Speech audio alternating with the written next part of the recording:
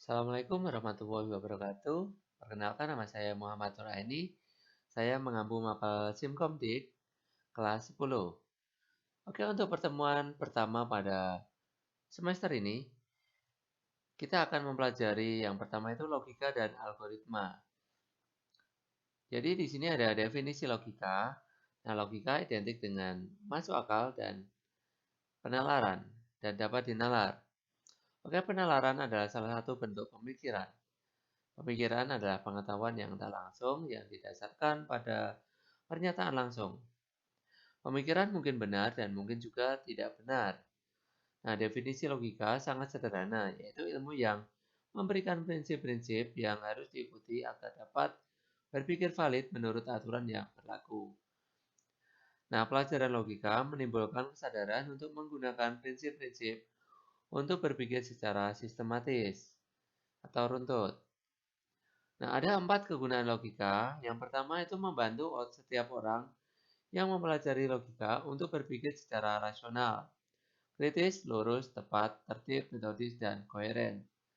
Yang kedua, meningkatkan kemampuan berpikir secara abstrak, cermat, dan objektif. Yang ketiga, menambah kecerdasan dan meningkatkan kemampuan berpikir secara tajam dan mandiri atau berpikir kritis. Yang keempat, meningkatkan cinta akan keberanian dan menghindarkan dari kekeliruan atau kesesatan. Nah, di sini ada beberapa definisi algoritma. Algoritma adalah urutan langkah-langkah logis penyelesaian masalah yang disusun secara sistematis. Kata logis di sini berarti benar sesuai dengan logika manusia. Nah, untuk menjadi sebuah algoritma, urutan langkah yang ditempuh untuk menyelesaikan masalah harus memberikan hasil yang benar.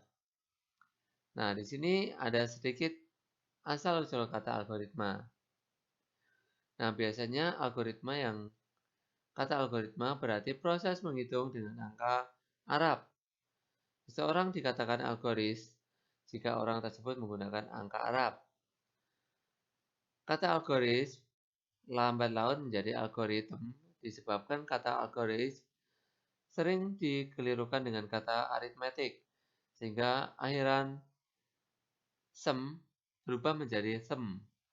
Kata algoritma diserap ke dalam bahasa Indonesia menjadi algoritma. Nah, algoritma merupakan deskripsi urutan pelaksanaan suatu proses. Nah, perlu diingat-ingat di sini yang digarisbawahi itu proses. Yang kedua, algoritma tersusun oleh sederetan langkah instruksi yang logis. Di sini ada instruksi ya. Yang ketiga, tiap langkah instruksi akan mengerjakan suatu tindakan atau aksi. Nah, bila aksi dilaksanakan, maka sejumlah operasi yang bersesuaian akan dikerjakan oleh CPU. Nah, di sini lingkupnya itu algoritma dalam komputer atau pemrograman. Nah, di sini ada domain algoritma. Yang pertama itu masalah. Nah, masalah di sini motivasi untuk membuat algoritma. Jadi, ada masalah, itu baru kita menyusun algoritma. Nah, algoritma ini merupakan prosedur untuk menyelesaikan masalah. Nah, seringkali satu masalah dapat diselesaikan dengan lebih dari satu cara, dengan banyak kemungkinan. Nah, di sini ada program. Nah, representasi formal dari suatu algoritma dengan menggunakan bahasa pemrograman yang bisa dimengerti oleh komputer. Nah, di sini program komputer tentunya. Nah, ini ada proses. Nah, proses merupakan aktivitas menjalankan langkah-langkah dalam algoritma. Nah, hal yang harus dipenuhi dalam membuat algoritma. Yang pertama adalah input atau masukan data yang harus diberikan pada komputer. Untuk yang kedua itu output atau informasi yang akan diperoleh dari komputer. Yang ketiga itu logika. Logika ini merencanakan proses program, terdiri dari sejumlah instruksi yang mengubah input menjadi output yang diinginkan. Nah, di sini ada satu contoh algoritma. Ada dua buah gelas, satu berisi teh dan satunya lagi berisi kopi. Nah, lantas bagaimana caranya menukar isi masing-masing gelas? Nah, di sini sangat sederhana. Yang pertama, siapkan gelas cadangan. Ini algoritmanya ya. Yang kedua, tuangkan gelas yang berisi teh ke gelas cadangan. Yang ketiga, tuangkan gelas yang berisi kopi ke gelas yang awalnya dipakai teh. Untuk yang keempat, itu tuangkan isi gelas cadangan ke gelas yang awalnya berisi kopi. Nah, sangat simpel.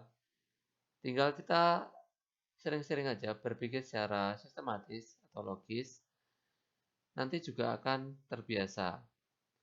Nah, di sini ada satu latihan. Yang pertama, buatlah suatu algoritma untuk proses pembuatan kopi yang rasanya manisnya tepat. Oke, silakan latihan ini kalian tulis di bagian bawah di tempat yang saya sediakan di Google Classroom. Oke, cukup pertemuan pertama pada kali ini. Semoga membantu kalian dalam tahap belajar. Jikalau ada kesulitan, langsung saja komen di bagian materi. Oke, sekian. Terima kasih. Wassalamualaikum warahmatullahi wabarakatuh.